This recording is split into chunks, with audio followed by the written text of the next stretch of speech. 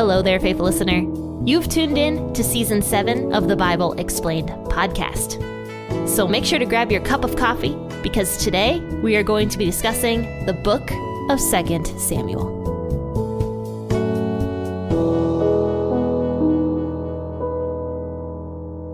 Good morning, friends and faithful listeners. You've tuned in to the Bible Explained podcast. Since today is Friday, we are going to be reading out of the Old Testament today, because on Mondays, Wednesdays, and Fridays, for those of you who are new on the podcast, I do an Old Testament episode, and then Tuesdays and Thursdays, I do a New Testament episode.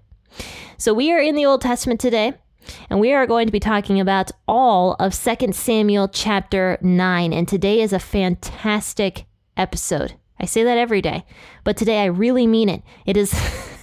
I mean it every day, but today I really mean it.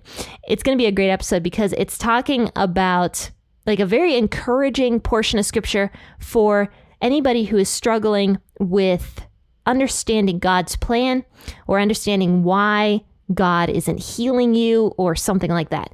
So let's read 2 Samuel 9. I'll be reading on the WEB version as I always do. Grab your version of the Bible, whatever you prefer, and also your cup of water or... I am drinking water right now, and I meant to say cup of coffee, but cup of water came out. So grab your cup of water or tea or coffee or whatever you're drinking this morning, and let's drink our beverages as we read 2 Samuel 9, 1 through 13. David said, "Is there yet any who is left of Saul's house, that I may show him kindness for Jonathan's sake?" There was of Saul's house a servant whose name was Ziba. And they called him to David, and the king said to him, "Are you Ziba?" He said, "I am your servant." The king said, "Is there not any yet of Saul's house, that I may show the kindness of God to him?" Ziba said to the king, "Jonathan still has a son, who is lame in his feet." The king said to him, "Where is he?" Ziba said to the king, "Behold, he is in the house of Machir, the son of Ammiel, in Lo-debar." Then King David sent and brought him out of the house of Machir, the son of Ammiel, from Lo-debar.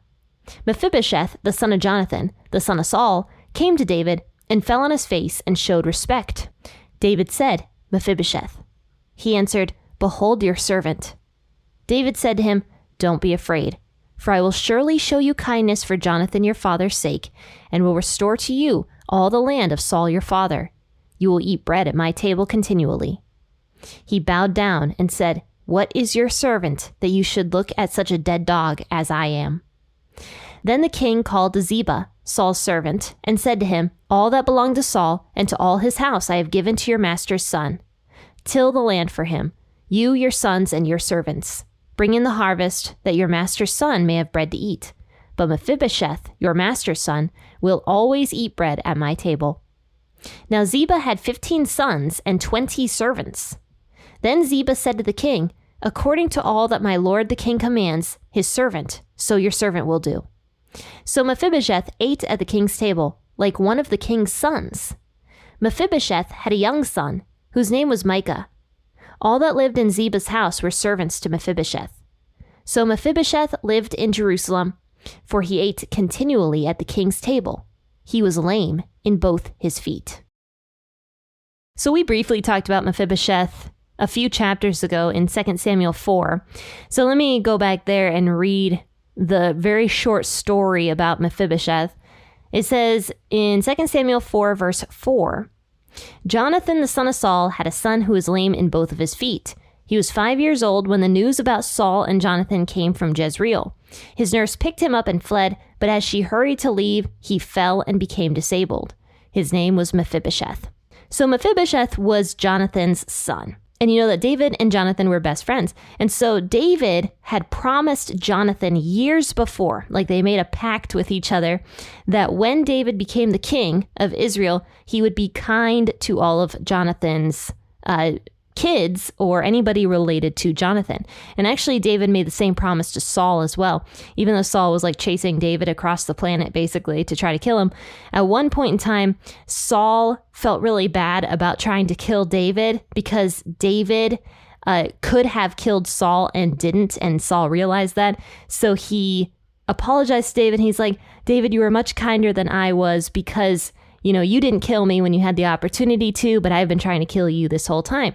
And he was like, So when you become the king, David, just be kind to my family. Don't try to kill them if you would. And David actually said to Saul, I won't kill your family members. So David kept his promise. And so now this is what 2 Samuel 9 is talking about, is now that David has been established as the king, and he's been established as the king for many years now, probably, he is now coming through with his promise that he made to both Jonathon and King Saul.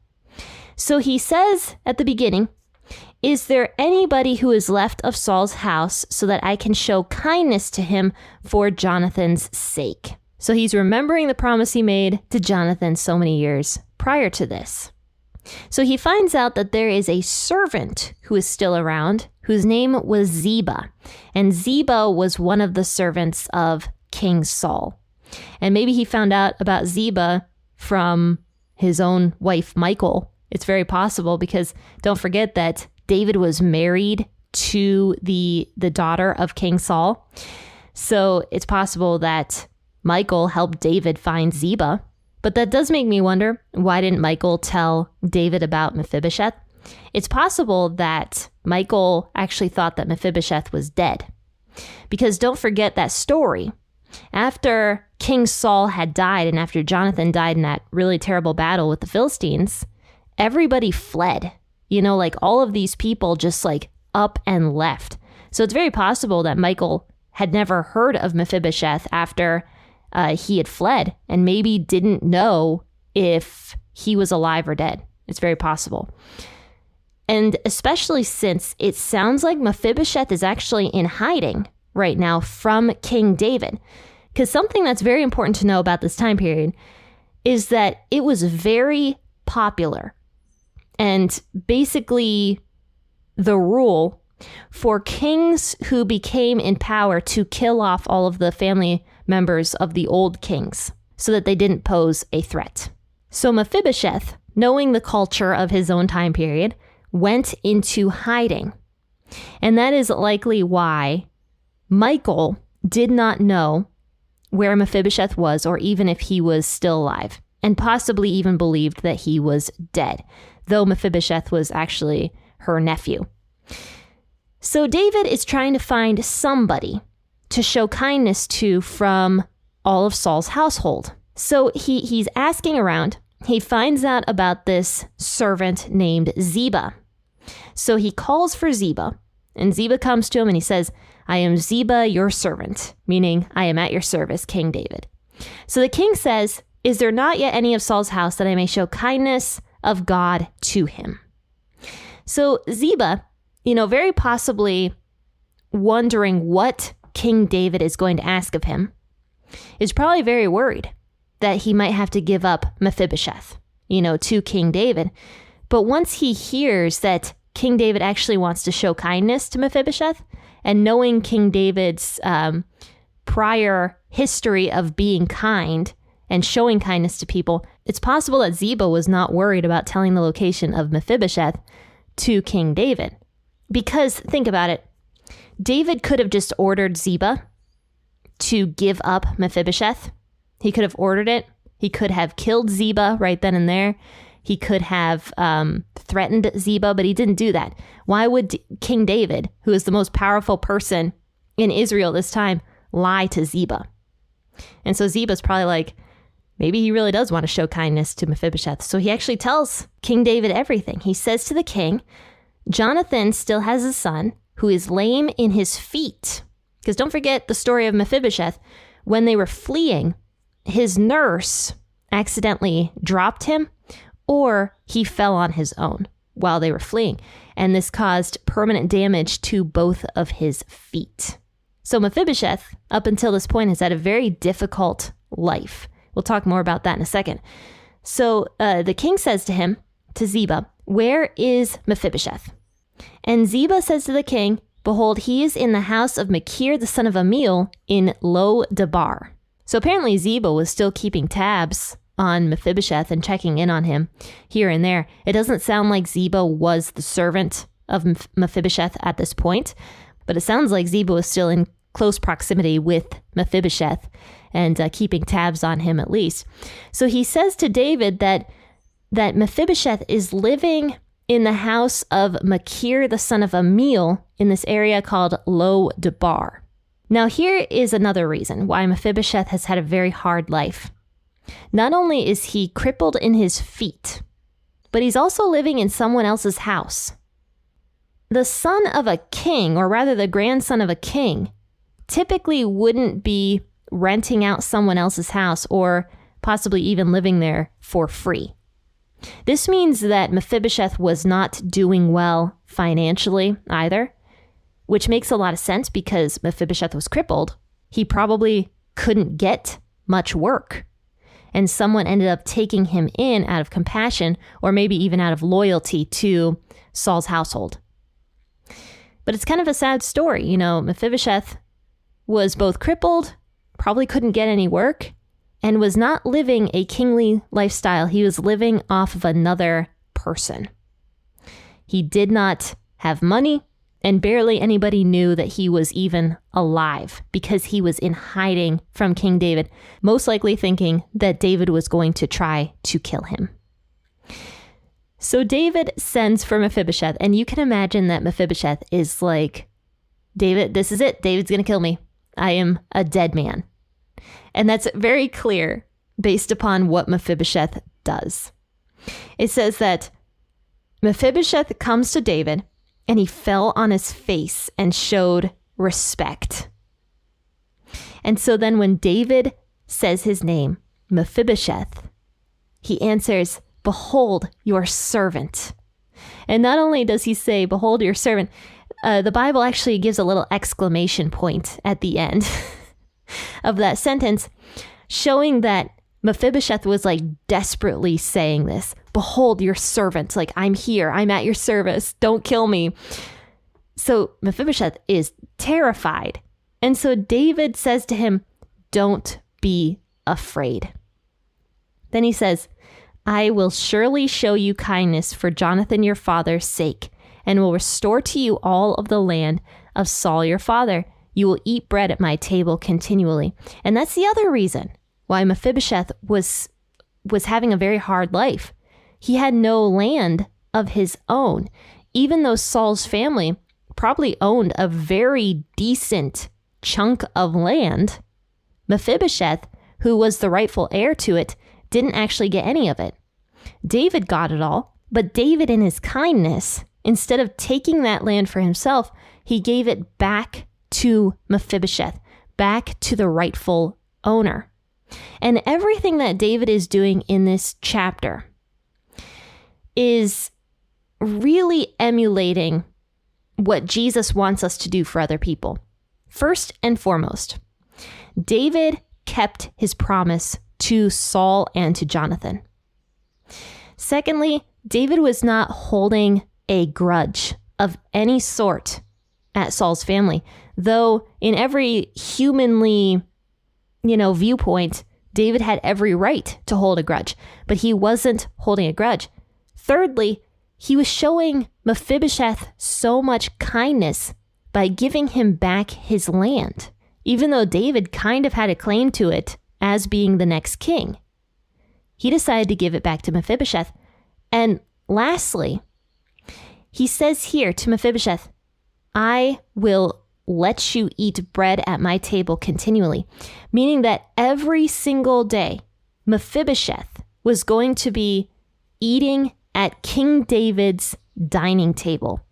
Like, can you imagine if, let's just say, the president of the United States, or somebody like in power, the King of England, or the Queen when she was alive. Let's just go with the Queen of England.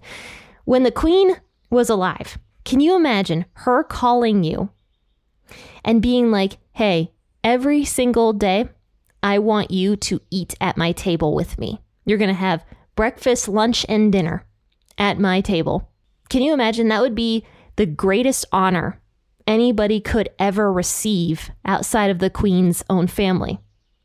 That would be the greatest thing that could basically ever happen to you, especially if you thought originally that the Queen was calling you in to kill you. And then all of a sudden she like drops this bomb on you instead of killing you. And she's like, no, instead of killing you, I'm actually going to let you eat at my table with me for the rest of your life. Not to mention, think about this. Mephibosheth was crippled. He was an outcast of outcasts in Israel. He couldn't have a job. He couldn't walk. He couldn't do anything. He was a complete outcast. And yet the king was giving him this great honor, not caring that Mephibosheth was crippled in his feet. So Mephibosheth, just like overwhelmed with this honor and all this kindness, he bows down to David and he says, what is your servant that you should look at such a dead dog as I am?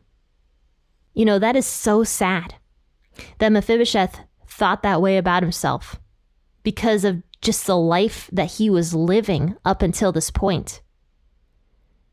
And he's overwhelmed with this kindness of David. So David is really emulating what Jesus tells us to do, to show kindness, to not hold grudges, to keep our promises, and lastly, to care for the weak and for those who are the outcasts. Jesus was always hanging out with outcasts. He didn't think of anybody as better than another person. He played no favorites. It says specifically in Scripture that God does not play favorites. He loves every single person equally, regardless of what sicknesses they have, regardless of how much money they have. He loves every person. And so David, King David, you can really see, especially in this chapter, why God calls David a man after his own heart. And so we also should be doing our best to be people after God's own heart. So it says here that King David calls in Ziba, Saul's servant, and he says to him, all that belonged to Saul and all to his house I am giving to your master's son. Till the land for him, you and your sons and your servants bring in the harvest that your master's son may have bread to eat. But Mephibosheth, your master's son, will always eat bread at my table. So now not only is David giving back the land to Mephibosheth, but he knows that Mephibosheth can't take care of it, obviously, because Mephibosheth can't walk. So David provides a servant for Mephibosheth, or rather some workers for Mephibosheth.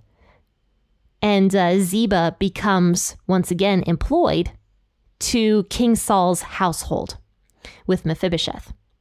It says that Ziba had 15 sons and 20 servants. So this shows that Ziba was doing quite well for himself. He was not a like slave by any means. He had servants and workers and a ton of sons. Also most likely meant that he had more than one wife if he had that many sons. So Ziba was doing very well for himself, and now he's employed once again. And so Ziba says to the king, according to all that my lord the king commands his servant, so your servant will do. Meaning, yes, I will do this job for you. So this happy story ends by saying, so Mephibosheth ate at the king's table like one of the king's sons. Isn't that beautiful? Mephibosheth was sitting among King David's own sons, eating food right along with all of them, like a happy family. And Mephibosheth also had a young son himself, whose name was Micah. So this shows that Mephibosheth had a family, most likely had a wife, and then also this young son named Micah. And Ziba ends up working for Mephibosheth, tilling that land with all of his sons and his servants, and providing for Mephibosheth's family. And so Mephibosheth, because of King David's grace and kindness, he went from being an outcast in Israel to eating at the king's table. That is what God does for us. We are all outcasts. We have all been separated from God. And yet God shows us kindness and adopts us and allows us to eat at his table. It says at the end that Jesus is going to have a big feast for all of the people, for all of his followers, for all of his adopted brothers and sisters, right? He's going to have this big feast, and we're going to eat at this huge table with Jesus. And we're going to enjoy his presence forever. And that is what David is emulating with the story regarding Mephibosheth. It says, "So Mephibosheth lived in Jerusalem, for he ate continually at the king's table. He was lame in both of his feet." Now, that's a very important way to end this story. Mephibosheth was never healed of his disease in his feet, of his crippledness. He was never healed, and I'm sure he wondered why he couldn't provide for himself, why he was crippled, why that had to happen to him when he was 5 years old, why his entire family had died in that battlefield. He was probably wondering all of those things. And yet God never healed him of being a cripple. He never healed him, but God instead provided for him. He gave him a lifelong family, lifelong care, and lifelong love, and all of these wonderful blessings on top of it. Well, guys, I hope you enjoyed today's episode, and if you did, please share it to somebody who you think might need to hear it, especially somebody that is struggling with understanding God's plan, or maybe struggling through sickness or something like that. Today's portion of scripture, I think, was really, really good for answering some of those particular questions. So share the Bible Explained podcast and tell people that it exists. Word of mouth is an excellent way to actually evangelize, because we just talk about the Bible here on the podcast. So evangelize by sharing this podcast to somebody. All right, faithful listeners, I hope you have a fantastic Friday and a great rest of your weekend. I'll see you on Monday for another episode from 2 Samuel. Happy listening, happy weekend, and God bless.